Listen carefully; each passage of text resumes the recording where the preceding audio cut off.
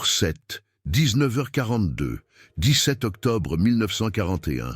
Le caporal-chef Franz Kopp ouvrit les yeux dans la boue glaciale d'un bois soviétique au sud de Vyazma.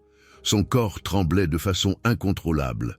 7 jours, 7 nuits, derrière les lignes ennemies, seul. Il tâtonna pour retrouver son carabineur 98K, sentant le métal familier. Puis, il attrapa sa giberne. Ses doigts comptaient lentement, mécaniquement. 1, 2, 3, 4, 5, 6, 7, 8, 9, 10, 11, 12, 13, 14, 15, 16, 17, 18, 19, 20, 20 cartouches. C'était tout ce qui se dressait entre lui et la mort. 20 morceaux de laiton et de plomb contre toute une armée soviétique. À cet instant précis, les mains couvertes de boue, le corps émacié, Franz Kopp savait une chose avec une certitude absolue. Chaque cartouche, chacune de ces 20 cartouches, devait compter. Sinon, il ne reverrait jamais ses camarades. Avant de continuer, si vous appréciez ce genre d'histoire, abonnez-vous maintenant. Ça ne coûte rien. Et ça aide énormément. Continuons. 23 septembre 1941. L'offensive du groupe d'armées centre avançait inexorablement vers Moscou. La 4e armée, sous les ordres du général-feldmarschall Günther von Kluge, perçait les lignes de défense soviétiques avec la précision de la tactique de blitzkrieg allemande. Le caporal-chef Franz Kopp, 27 ans, menuisier de Berchtesgaden, servait comme tireur d'élite dans la 7e compagnie du 487e régiment d'infanterie. Son dossier mentionnait 43 tirs confirmés depuis le début de l'opération Barbarossa le 22 juin. Franz n'était pas un héros. Comme il le disait souvent à ses camarades, il était un artisan qui avait appris à travailler avec précision. En tant que menuisier, il mesurait 2 fois et coupait 1 fois. En tant que tireur d'élite, il respirait 2 fois et appuyait 1 fois sur la détente. Cette discipline l'avait maintenu en vie, tandis que des milliers d'autres tombaient autour de lui. La 4e armée venait d'encercler la ville de Vyazma, une position stratégique critique sur la route de Moscou. Plus de 600 000 soldats soviétiques étaient pris au piège, dans ce qui entrerait plus tard dans l'histoire comme la bataille de Vyazma et de Briansk, une des plus grandes batailles d'encerclement de toute la guerre. Mais le commandant soviétique Ivan Konev n'était pas stupide. Il savait que ses troupes étaient encerclées, et il savait que des hommes désespérés recouraient à des actes désespérés. Le 10 octobre 1941, il ordonna des tentatives de percée massives. Des dizaines de milliers de soldats soviétiques devaient se frayer un chemin à travers les lignes allemandes. Les coups et les pertes ne comptaient plus. C'était de la pure désespoir. Franz Kopp se trouvait, le 10 octobre, dans une position d'observation avancée, à 3 km à l'est de la ligne principale. Sa mission, identifier et éliminer les rassemblements d'officiers ennemis. Avec lui se trouvaient 4 camarades, le sergent Hans Berge, le caporal Wilhelm Schmidt, le soldat Martin Hoffmann et l'infirmier Paul Dietrich. 5 hommes, une position de faucheurs, comme ils l'appelaient. Ils étaient cachés dans un bois surélevé, avec une vue parfaite sur les positions soviétiques. Franz avait déjà abattu 2 officiers soviétiques, un à 640 mètres, un tir propre à la tête, l'autre à 580 mètres, tir à la poitrine. Les 2 tombèrent avant même de comprendre ce qui se passait. Puis, à 14h23, l'enfer explosa. Les soviétiques lancèrent leur tentative de percée désespérée, non pas à l'endroit attendu. Ils percèrent exactement là où Franz et ses camarades se trouvaient. Plus tard, des analyses allemandes d'après-guerre révéleraient que plus de 40 000 soldats soviétiques avaient attaqué à cet endroit précis. 40 000 hommes désespérés contre une fine ligne allemande, estimés à 2 000 défenseurs au maximum, un rapport de 20 contre 1. Franz les entendit avant de les voir. Un grondement, comme un tremblement de terre fait de voix humaines. « Hurrah! Hurrah! Hurrah !» Le cri de guerre soviétique infâme. Puis, ils sortirent en trombe de la forêt. Des centaines, non, des milliers. Une vague d'uniformes gris-vert et de casques d'acier. Franz tira, toucha, rechargea, tira, toucha, encore et encore. À côté de lui, la MG-42 de Wilhelm Schmidt rugissait. 1300 coups par minute. Un son comme du tissu qu'on déchire. Mais ils étaient trop nombreux. Beaucoup trop nombreux. Le sergent Berger hurla l'ordre « Retraite !» immédiatement vers la ligne principale. Les 5 hommes bondirent de leur position et coururent vers l'ouest à travers la forêt. Derrière eux, des voix soviétiques hurlaient. Des tirs de mitrailleuses fouettèrent les arbres. Martin Hoffmann trébucha. Une balle avait touché sa jambe droite. Wilhelm Schmidt se retourna, le souleva. Mais alors, une salve toucha le dos de Schmidt. Il tomba. Hoffmann avec lui. Franz se retourna. Vit ses camarades au sol, vit des soldats soviétiques à seulement 50 mètres. Berger le tira par le bras et dit « On ne peut pas les aider. » Cours. Paul Dietrich, l'infirmier, pleurait en courant. Il avait brisé son serment. Il avait abandonné des blessés, mais il n'y avait pas le choix. Les 3 hommes continuèrent à courir. 20 minutes, 30 minutes. La forêt devint plus dense. Les voix soviétiques plus faibles, mais pas silencieuses. Ils étaient toujours là, partout. Franz. Berger et Dietrich atteignirent une petite clairière. Berger sortit une carte. Son doigt tremblait alors qu'il parcourait le papier froissé. Berger dit « On a couru trop à l'est. La ligne principale est au nord-ouest. Au moins 5 kilomètres, peut-être 7, et entre les deux, il y a maintenant des milliers de soviétiques. » Dietrich murmura et demanda ce qu'il devait faire. Berger regarda Franz, puis de nouveau Dietrich. Sa voix était calme, mais Franz entendit le désespoir dedans. Berger expliqua « On essaie de passer pendant la nuit. Maintenant, on se cache et on prie. » Ils trouvèrent un chêne tombé avec un tronc creux, assez grand pour 3 hommes. Ils s'y glissèrent, tirèrent des branches et des feuilles sur l'entrée, et ensuite, ils attendirent. Silence. Seulement interrompu par le grondement lointain des canons et des salves occasionnelles de fusils. Franz vérifia ses munitions, 40 cartouches, dans le chargeur et dans sa poche. Berger avait son MP40 avec 3 chargeurs pleins. Dietrich n'avait qu'un pistolet, un Walter P38 avec 2 chargeurs. C'était tout, contre une armée soviétique. Les heures s'éternisèrent, comme des années.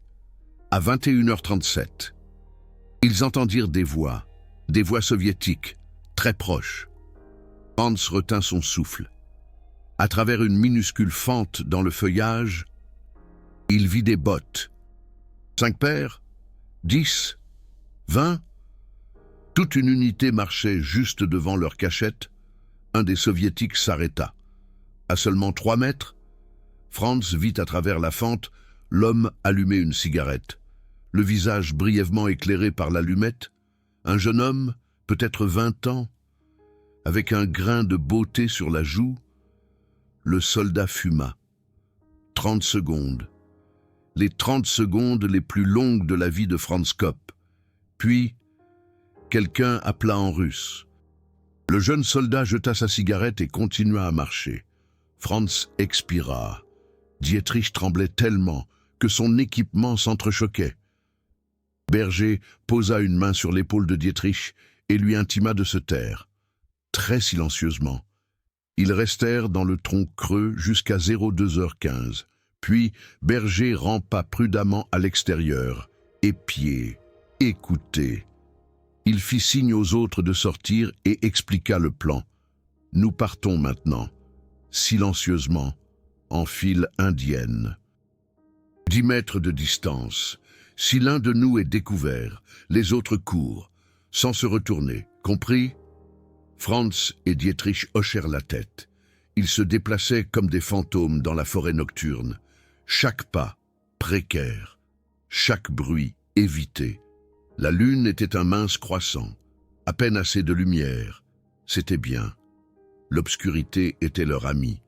Ils parcoururent 2,5 kilomètres. Puis, ils l'entendirent de nouveau. Des voix, beaucoup de voix. Berger leva le poing et ordonna de s'arrêter. Ils se mirent à couvert derrière un groupe d'arbres. Devant eux, à seulement 100 mètres, se trouvait un camp soviétique. Au moins 300 hommes, peut-être plus. Des tentes, des feux, des véhicules, et directement entre eux et la ligne allemande. Il n'y avait aucun moyen de contourner. La forêt à droite était trop ouverte. À gauche, il y avait un marais. Berger murmura et proposa « Nous attendons l'aube ». Ensuite, nous essayons de nous faufiler par la droite. Franz regarda le ciel. Dans 3 heures, le jour se lèverait. Il acquiesça. Ils reculèrent de 100 mètres et se cachèrent dans d'épais sous-bois. Dietrich murmura qu'il avait soif. Berger lui tendit sa gourde et expliqua « À moitié pleine, nous devons la partager ». Franz ne but pas. Il avait encore sa propre eau, une gourde aux 3/4 pleine. Il savait que cela pourrait durer longtemps. Les 3 hommes étaient allongés côte à côte dans les broussailles. La forêt était emplie de bruit, le vent dans les feuilles, des voix lointaines, le crissement des bottes sur le sol gelé. Vers 04h47, l'aube commença à poindre. Berger donna le signal. Ils se déplacèrent prudemment à droite du camp soviétique. Chaque pas était une souffrance. Chaque brindille qui craquait sonnait comme un coup de pistolet aux oreilles de Franz.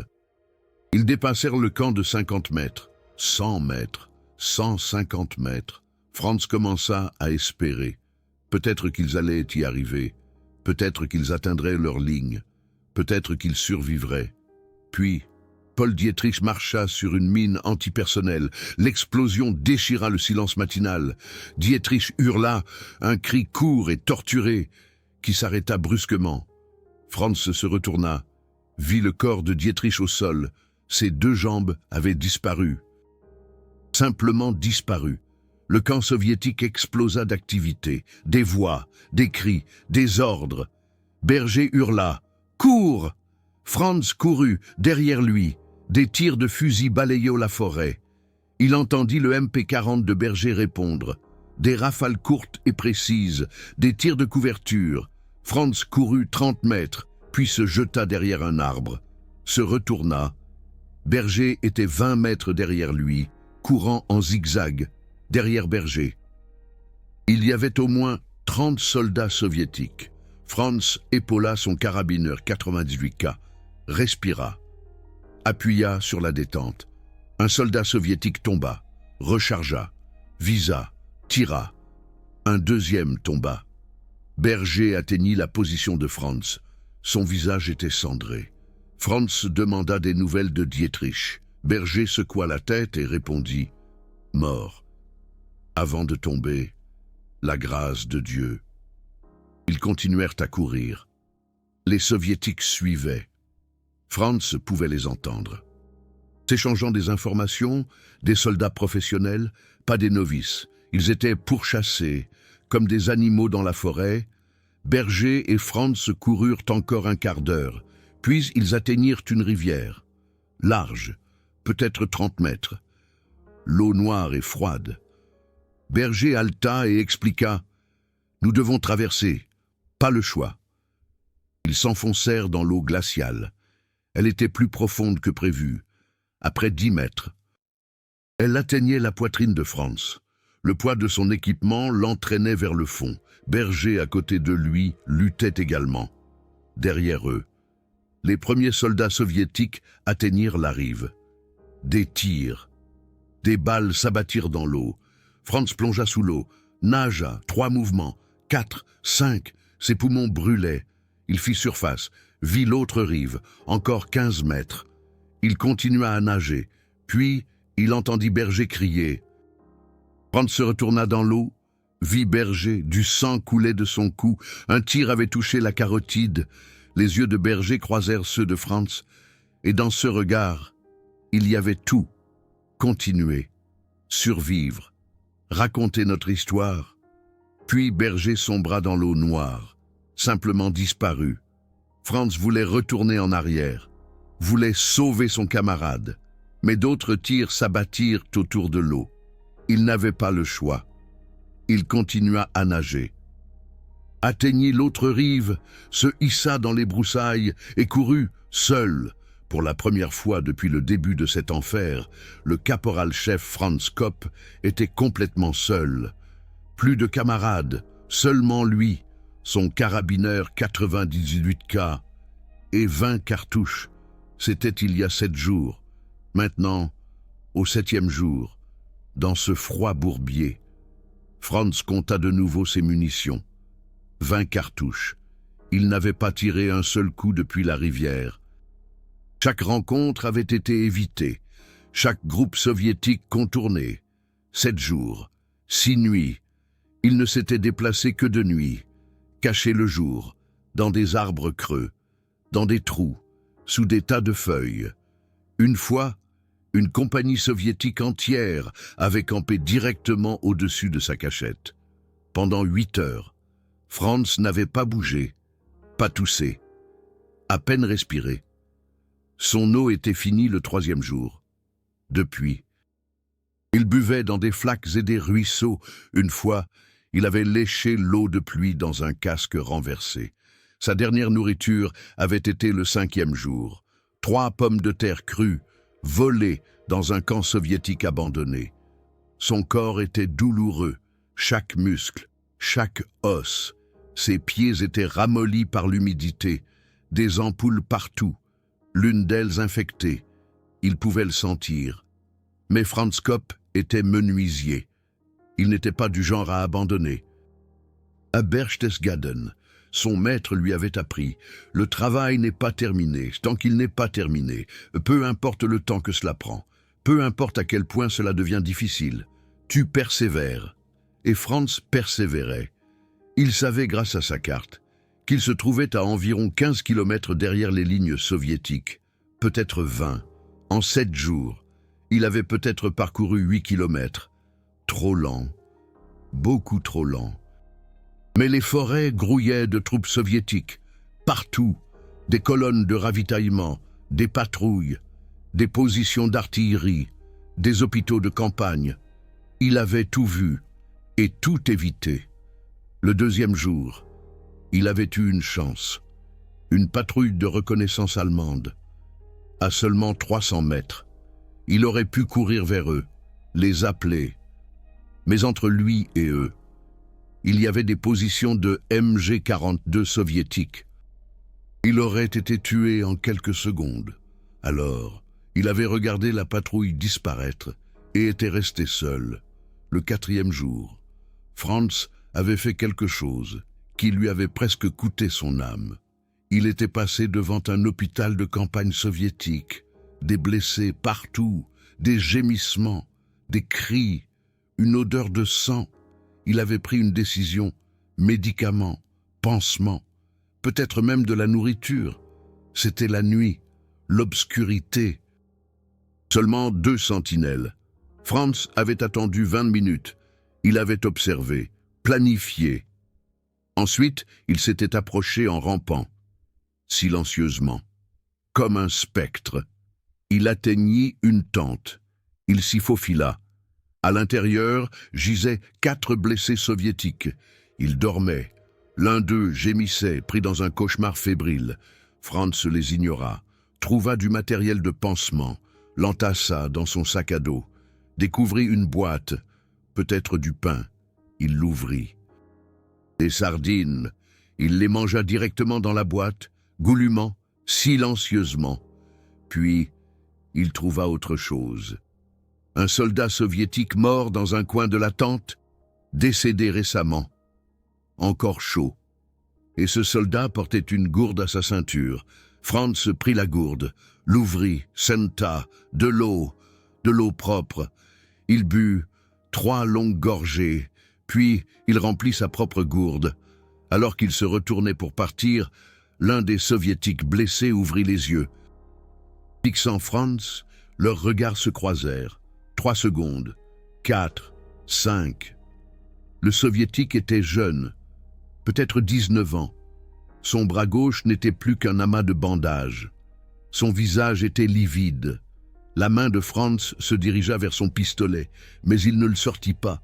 Le jeune soviétique cligna lentement des yeux, puis, avec une peine infinie, il leva sa main droite. Pas menaçante, pas accusatrice, un simple geste. Va-t'en, disparais. Je ne t'ai pas vu. Franz acquiesça une fois. Doucement, en allemand, il murmura « Danke ». Le soviétique ne comprenait pas la langue, mais il comprit le sens. Il hocha la tête en retour et ferma les yeux. Franz quitta la tente comme une ombre dans la nuit, laissant derrière lui un soldat ennemi mourant qui aurait pu faire son devoir, mais avait choisi l'humanité. Jour 7, 19h42. Franz se remit en mouvement, vers l'ouest, toujours vers l'ouest. Le soleil se couchait. Bientôt, l'obscurité protégerait son chemin. Il lui restait peut-être 10 kilomètres jusqu'aux lignes allemandes, peut-être moins si la chance lui souriait. Mais alors, quelque chose se produisit. Il entendit des voix, beaucoup de voix, des voix allemandes. Le cœur de Franz battait la chamade. Des Allemands, ses camarades, il y était presque. Il rampa prudemment à travers les sous-bois en direction des voix, atteignit le bord d'une clairière et vit des soldats allemands, une trentaine d'hommes. Sa joie se transforma en horreur. Les soldats allemands étaient prisonniers, les mains derrière la tête, entourés d'au moins 50 gardes soviétiques. Franz regarda, pétrifié. Un officier soviétique longea la rangée de prisonniers, posant des questions. L'un des soldats allemands ne répondit pas. L'officier soviétique sortit son pistolet et tira une balle dans la tête de l'Allemand. Simplement, de sang-froid. Les autres prisonniers allemands crièrent. L'officier soviétique répliqua en allemand approximatif. « Quiconque ne répond pas, meurt. Suivant !» Franz planta ses doigts dans la terre. Son esprit s'emballait. Il ne pouvait rien faire. 30 camarades, mais 50 ennemis, et il n'avait que 20 balles. Même s'il les atteignait tous, ce qui était impossible, il resterait encore 30 soviétiques. Il massacrerait les prisonniers, et lui aussi. Il n'y avait aucun moyen d'aider. Mais alors, quelque chose se produisit qui changea tout. Au loin, venant de l'ouest, on entendit des tirs d'artillerie, de l'artillerie allemande. Franz reconnut le son. Des obusiers de 10,5 km. Les gardes soviétiques devinrent nerveux. L'officier donna des ordres. Les gardes commencèrent à emmener les prisonniers allemands vers l'est. Plus profondément derrière les lignes soviétiques, Franz vit une opportunité. C'était insensé. Du suicide peut-être, mais c'était la seule chance. Il allait suivre le convoi, attendre le bon moment. Et ensuite, il frapperait. Avec 20 balles, Franz Kopp allait tenter de sauver 30 camarades, ou mourir en essayant. Franz suivit le convoi de prisonniers à travers la nuit, à 50 mètres de distance, parfois moins lorsque la forêt offrait un abri. Les soviétiques étaient nerveux. Ils pouvaient l'entendre. Leurs ordres sonnaient brusquement, précipitamment. L'artillerie allemande tonnait toujours au loin. Cela signifiait que le front bougeait, peut-être une contre-attaque allemande, peut-être une offensive soviétique. Franz ne le savait pas, mais il savait que le chaos était sa meilleure arme. Le convoi marcha pendant 2 heures. Les prisonniers allemands trébuchaient, certains tombaient, étaient frappés par les gardes soviétiques avec la crosse de leurs fusils, relevés de force, poussés à continuer. La rage de Franz grandissait à chaque pas. Ces hommes étaient ses frères, pas par le sang, mais par quelque chose de plus fort, par le devoir, par la camaraderie. Le mot allemand qu'aucune autre langue ne pouvait vraiment traduire. Kameradschaft, la fidélité jusqu'à la mort. À 22h17, le convoi s'arrêta. Une petite clairière, un ruisseau la traversait. Les gardes soviétiques laissèrent les prisonniers boire. 5 minutes de pause. Franz profita du temps. Il se rapprocha en rampant 30 mètres, 20 mètres. Il pouvait maintenant distinguer les visages, de jeunes visages, des visages épuisés. Un caporal, à peine 18 ans, pleurait doucement. Un sergent plus âgé posa une main sur son épaule, murmura quelque chose. Le garçon acquiesça, cessa de pleurer. Les vertus soldatesques, pensa Franz. Même ici, dans l'heure la plus sombre, ils restaient soudés. Franz compta à nouveau les gardes soviétiques. 50. Non, 52. 2 s'étaient joints à l'arrière. 52 contre 20 balles. Les mathématiques étaient accablantes. Mais Franz était un tireur d'élite. Il n'avait pas besoin de 50 tirs. Il avait juste besoin des 20 bons. Un tireur d'élite ne tire pas sur les soldats. Il tire sur les structures de commandement, sur les officiers, sur les opérateurs radio, sur les mitrailleurs, sur tous ceux dont la mort sème le chaos. Franz identifia ses cibles. L'officier soviétique avec le pistolet, le lieutenant avec la carte, 3 sergents avec des MP40, 2 opérateurs radio avec des radios, 4 mitrailleurs MG42. 6 et 11 mouraient, le commandement soviétique s'effondrerait. Les gardes restants étaient de jeunes recrues. Sans direction, ils fuiraient ou se figeraient. C'est ce que Franz espérait. Il ne pouvait plus prier. Il avait arrêté de prier il y a 3 jours. Dieu semblait avoir quitté ses forêts. Après la pause, les soviétiques poussèrent les prisonniers à continuer. Franz suivit. Il attendait le moment parfait. Et à la 9e heure du 8e jour, le destin lui offrit ce moment. Situation actuelle, 500 abonnés, 16 000 heures de visionnage. Si vous souhaitez regarder régulièrement, abonnez-vous maintenant. Chaque abonnement compte. Continuons l'histoire. Le convoi atteignit un passage étroit. À gauche, une pente abrupte. À droite, une forêt dense. La colonne dut se réduire à une seule file. Franz observa la topographie et réalisa. C'était sa chance. La seule qu'il aurait. Il sprinta à travers la forêt, parallèlement à la colonne, 50 mètres devant. Atteignit un point surélevé. Une vue d'ensemble parfaite. La colonne allait défiler juste en dessous de lui. Franz ouvrit son carabineur 88K, vérifia le chargeur. 5 balles à l'intérieur. Il avait 3 autres chargeurs dans sa poche. Chacun contenant 5 balles, 20 au total. Il arma son carabineur 98K, le posa sur le tronc d'un arbre tombé, un appui parfait. Il inspira profondément. 1 fois, 2 fois, 3 fois. Son rythme cardiaque ralentit. Une astuce que son instructeur lui avait apprise 1 an auparavant. Contrôle ton rythme cardiaque, contrôle ton tir. La colonne commença à traverser le goulet d'étranglement. Franz attendit, l'officier soviétique passa en premier. Puis les premiers prisonniers, ensuite les gardes. Franz attendit que la moitié soit passée, pour un maximum de confusion. Puis à 00h34, le 18 octobre 1941, le caporal-chef Franz Kopp pressa la détente. Premier tir, l'officier soviétique. 110 mètres, tir en pleine tête, tombé raide. Deuxième tir, le lieutenant avec la carte, 125 mètres, tir dans la poitrine, tombé à la renverse. Troisième tir, le sergent avec la MP40, 98 mètres, tir dans le cou. Il tira en l'air en tombant.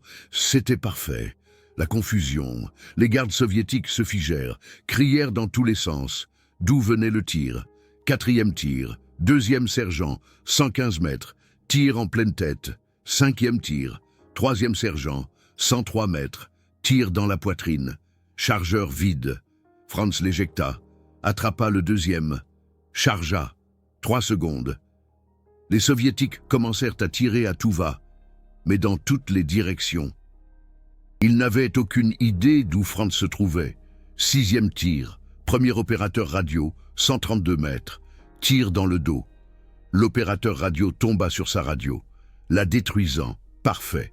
7e tir, deuxième opérateur radio, 119 mètres, tir en pleine tête, les 2 radios hors service, plus de communication. 8e tir, premier mitrailleur MG42, 95 mètres. Tir dans la poitrine.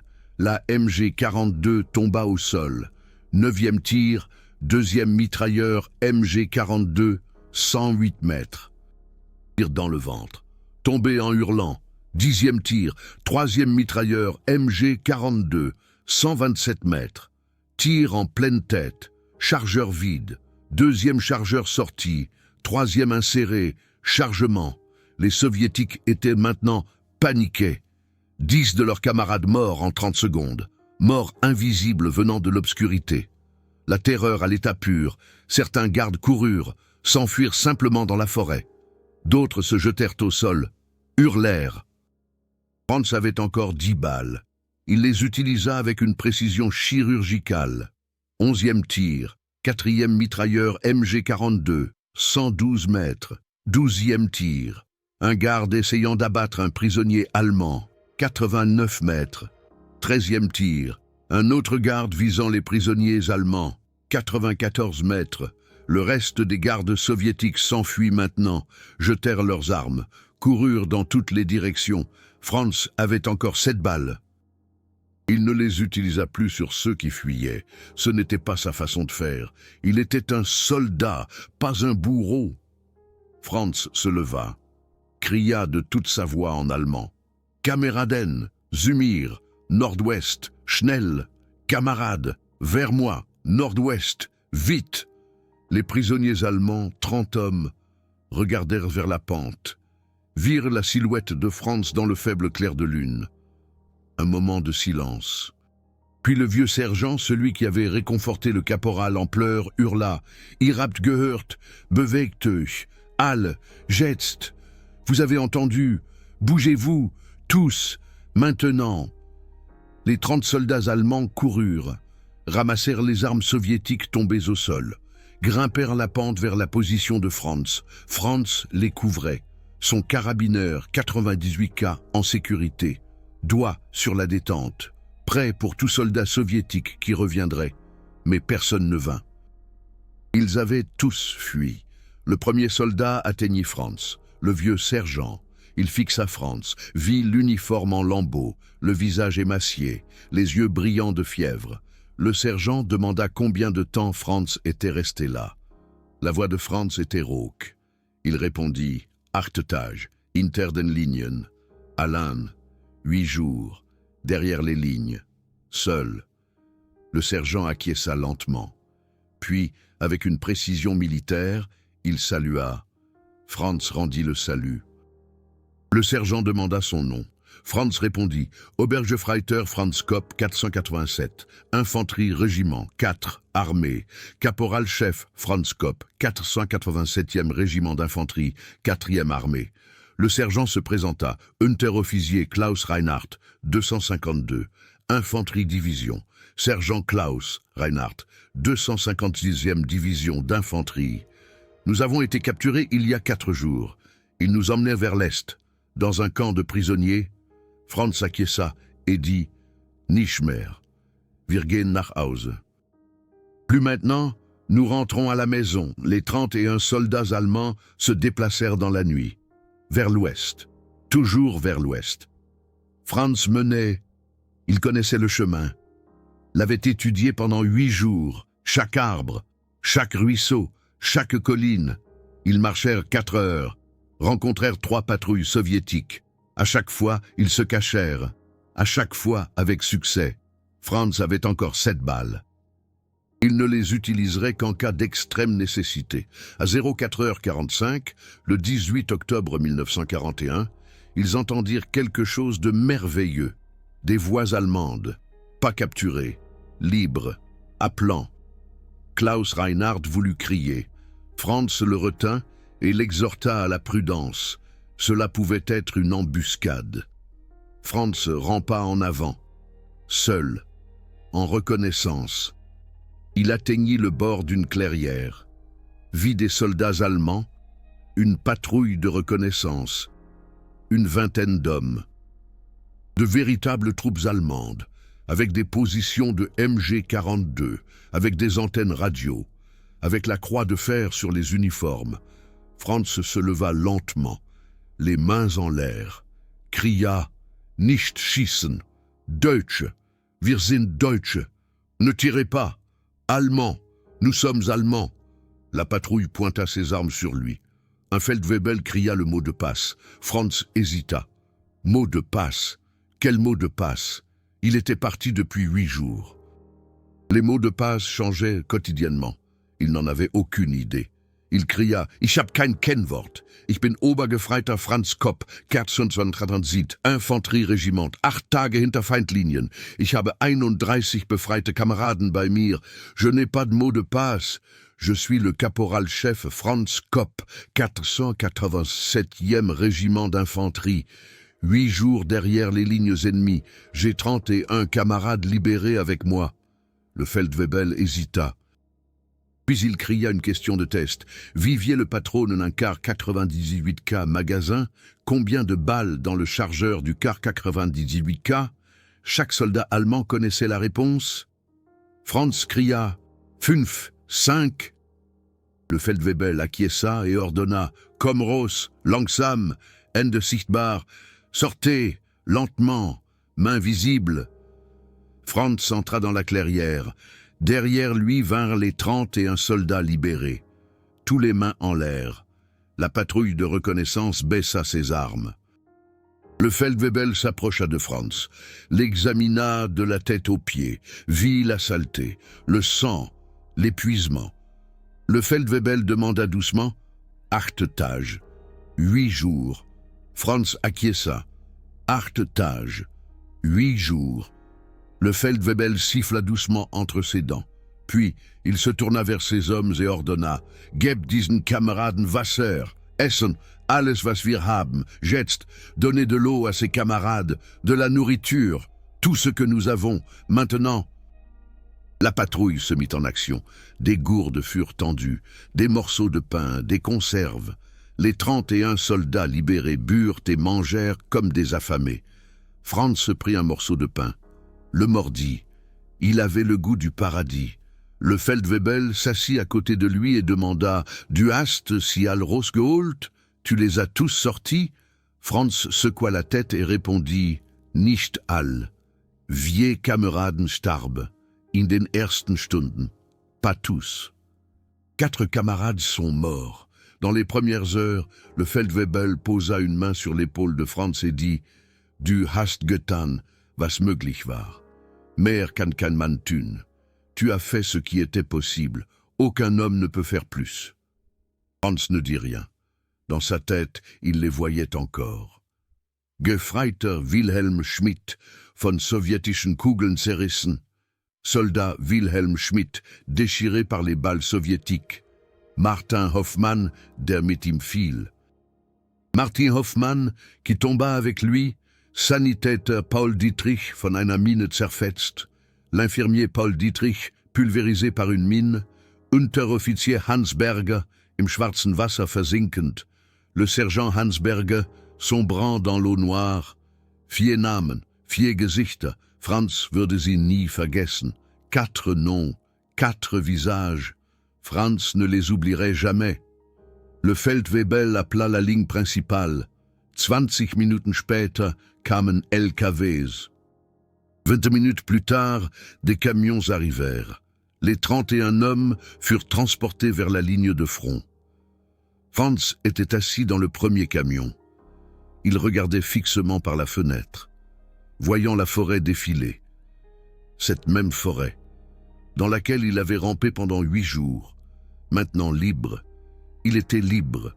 À 07h15, le 18 octobre 1941, le caporal-chef Franz Kopp atteignit les lignes allemandes. Après 8 jours et 9 heures derrière les lignes ennemies. Après 20 cartouches qui avaient tué 13 soldats ennemis et sauvé 31 camarades. Après 4 amis perdus et une éternité dans la forêt.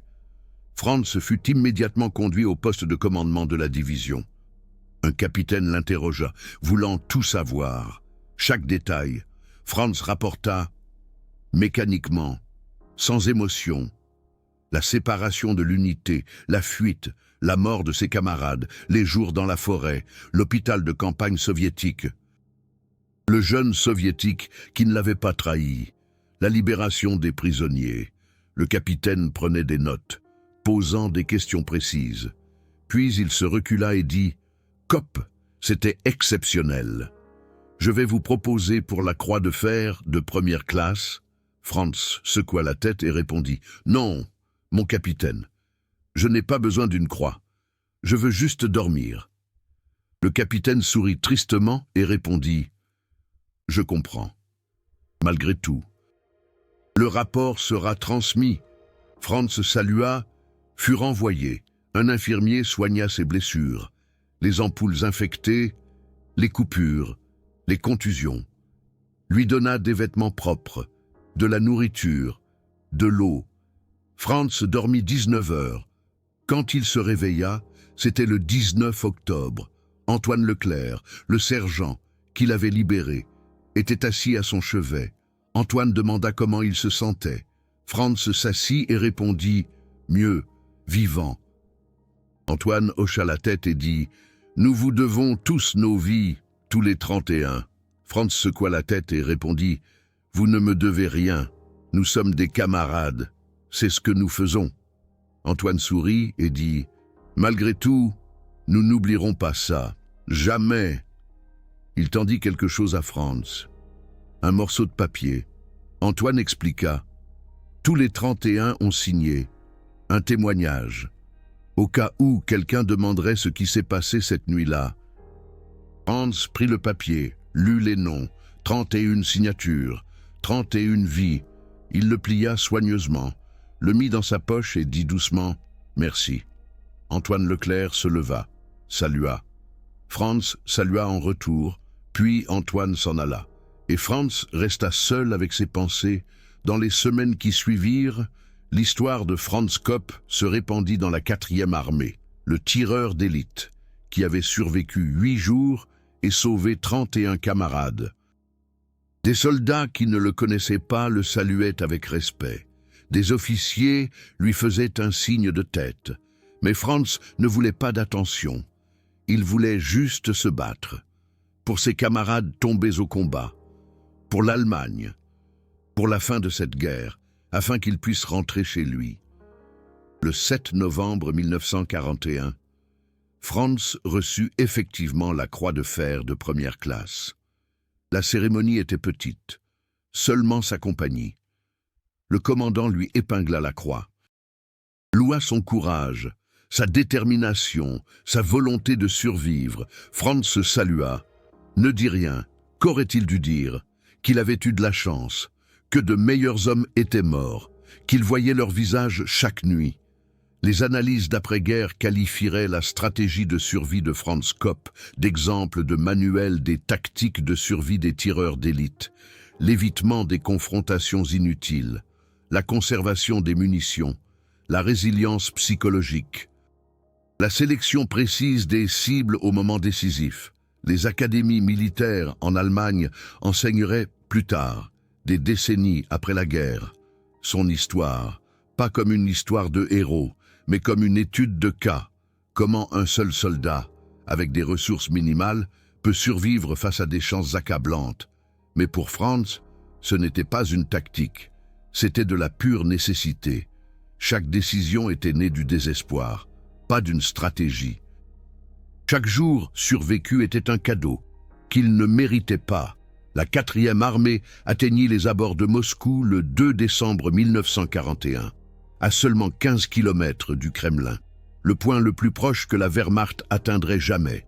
Puis, les Soviétiques lancèrent leur offensive hivernale. L'armée allemande fut repoussée. Des années de retraite suivirent, des années de défaite. Franz Kopp combattit à travers tout cela. Koursk en 1943, Bagration en 1944. La défense de la Prusse orientale en 1945. Il accumula 147 tirs confirmés, fut blessé 3 fois, reçut d'autres distinctions, mais aucune ne signifiait autant pour lui que ses 31 signatures sur le papier froissé dans sa poche. Le 8 mai 1945, la guerre prit fin. Franz était prisonnier des Américains, fut libéré en octobre 1946, retourna à Berchtesgaden, Parmi les 31 hommes qu'il avait libérés cette nuit-là, 12 survécurent à la guerre. Antoine Leclerc était l'un d'eux. Ils se rencontrèrent à Munich en 1952, 7 ans après la fin de la guerre, étaient assis dans un petit bistrot, buvaient de la bière, parlaient de tout, sauf de la guerre. Mais à la fin de la soirée, alors qu'ils se disaient au revoir, Antoine dit doucement « Tu m'as donné une vie que je n'avais jamais espérée. Je me suis marié. J'ai 2 enfants. Cela n'aurait pas été possible sans toi. » Franz secoua la tête et dit « Tu aurais survécu même sans moi. » Antoine sourit tristement et répondit « Peut-être, peut-être pas. Mais je crois qu'il y a une raison pour laquelle tu as survécu. Pourquoi tu étais exactement là, à ce moment-là. » Franz ne répondit pas. Il ne croyait pas au destin, seulement au hasard. Mais il ne le dit pas à voix haute. Pour être honnête, la chaîne a besoin de 1000 abonnés pour continuer à grandir. Actuellement, nous en sommes à 500. Si vous aimez ce travail d'histoire détaillée, abonnez-vous maintenant. Chaque abonnement nous rapproche de davantage de recherches d'archives et de documentation plus approfondie. Franz Kopp est décédé à Berchtesgaden en 1989, à 75 ans. Une mort silencieuse, aucun article de journal, aucune nécrologie. Sa femme trouva dans sa succession un vieux morceau de papier jauni, 31 signatures. Elle ne comprit pas immédiatement ce que cela signifiait, mais ensuite, elle trouva aussi son journal, les quelques pages qu'il avait écrites sur ces 8 jours, et elle comprit. Ce papier était son bien le plus précieux que toutes les médailles, plus précieux que toutes les distinctions, parce qu'il représentait 31 vies, 31 hommes qui sont rentrés chez eux, qui ont fondé des familles, qui ont eu des enfants, qui ont vécu des vies, à cause de 20 cartouches et d'un tireur d'élite qui refusait d'abandonner. Les 31 signatures ont ensuite été remises au musée d'histoire militaire de Dresde. Elles y sont exposées aujourd'hui, un petit morceau de papier dans une vitrine. La plupart des visiteurs passent sans le remarquer, mais ceux qui s'arrêtent et lisent l'histoire comprennent. Ce n'est pas un document de guerre, c'est un document de l'humanité, dans l'heure la plus sombre. Dans l'endroit le plus sombre, des hommes ont trouvé un moyen d'être camarades, pas pour l'idéologie, pas pour la politique, mais parce que c'était la chose à faire. Franz Kopp n'aurait jamais prétendu être un héros.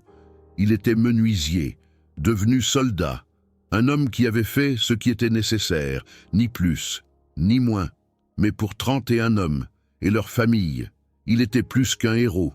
Il était la raison pour laquelle il vivait, des années plus tard. Dans les années 1960, un vétéran soviétique a visité l'Allemagne. Il était l'un de ceux qui avaient fui cette nuit-là. Il avait vu l'ombre de Franz, entendu la mort invisible. 13 camarades perdus en quelques secondes. Il a dit dans une interview pour un magazine d'histoire russe, « Nous pensions combattre une armée. Cette nuit-là, nous avons combattu un fantôme mortel. Je n'ai pas eu honte de fuir. On ne combat pas les fantômes. On leur survit. » Cette citation a ensuite été utilisée dans les écoles militaires allemandes, non pas pour glorifier l'héroïsme, mais pour enseigner une leçon. Un tireur d'élite bien positionné, avec des munitions limitées, peut accomplir plus qu'une compagnie avec des ressources illimitées. S'il sait ce qu'il fait, s'il compte ses tirs, si chaque tir compte, ce ne sont pas que des statistiques tirées d'archives poussiéreuses. Ce sont les moments qui ont décidé du destin de millions de personnes, de vrais soldats, une vraie peur, de vraies conséquences. Ces histoires ne doivent jamais être oubliées. Si ces vérités historiques vous importent, alors soutenez-moi avec Super Thanks de YouTube, le cœur doré en bas. Chaque Super Thanks me permet de passer des semaines dans les archives, numériser des documents rares, interviewer les derniers témoins. L'histoire de Franz Kopp est plus qu'une histoire de survie.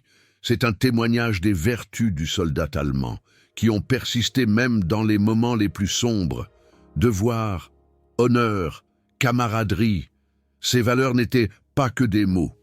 C'étaient des actions, incarnées dans un tireur d'élite émacié avec 20 balles qui a refusé d'abandonner 31 camarades. Les journaux de guerre soviétiques ont enregistré l'incident du 18 octobre 1941 comme une attaque mystérieuse d'un tireur d'élite allemand. Pertes, 13 morts, plusieurs douzaines ont fui, 31 prisonniers se sont échappés. Pas d'autres détails, pas de noms, mais l'histoire n'est pas seulement écrite dans les documents officiels, elle est écrite dans le cœur de ceux qui étaient là et dans la vie de ceux qui ont survécu. Aujourd'hui, plus de 80 ans plus tard, les descendants de ces 31 hommes vivent partout en Allemagne et dans le monde. Petits-enfants, arrière-petits-enfants, des centaines de personnes qui n'existent que parce qu'un tireur d'élite, lors d'une nuit d'octobre 1941, a décidé que 20 balles étaient suffisantes, assez pour tout risquer, assez pour tenter l'impossible, et assez pour y parvenir. C'est le véritable héritage du caporal-chef Franz Kopp, pas les médailles. Pas les chiffres d'abattage, mais les vies, 31 vies qui ont continué, des centaines de descendants qui ne sauront jamais à quel point leur existence était proche de ne jamais se produire. Une fine ligne entre l'être et le non-être, tracée avec 20 balles dans une forêt sombre il y a 80 ans.